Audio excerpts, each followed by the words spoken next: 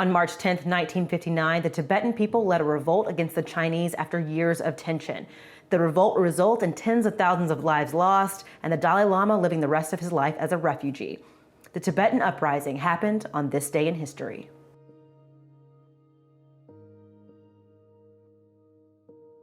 In October 1950, 1 year after communism had reached mainland China, the People's Liberation Army invaded Tibet. Facing pressure, the Tibetan government came to a conclusion. They gave China control of the country in exchange for the Dalai Lama remaining the spiritual and domestic leader. Many Tibetans were not happy with the compromise. The outer provinces resented being under Chinese control and had a lot of animosity towards Lhasa, the capital of Tibet.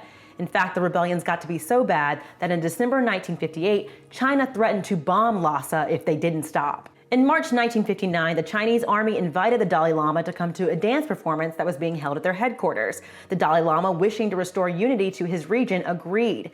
But things got a little hinky. Why? Because the Chinese requested that the Dalai Lama leave his personal bodyguards behind. In fact, they would give him security. The word got out about the plot, and on March 10, 1959, tens of thousands of Tibetans surrounded the palace to prevent the Dalai Lama from going to the performance.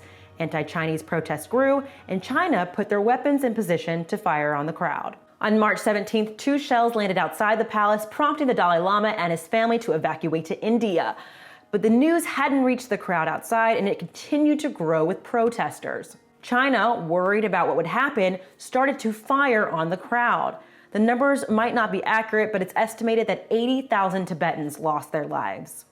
China is still accused of oppression in Tibet, but they insist that Tibet is growing economically and socially. The 1959 Tibetan Uprising is commemorated by Tibetans all over the world who still believe that Tibet is for Tibetans. As for the Dalai Lama, he continues to live in exile.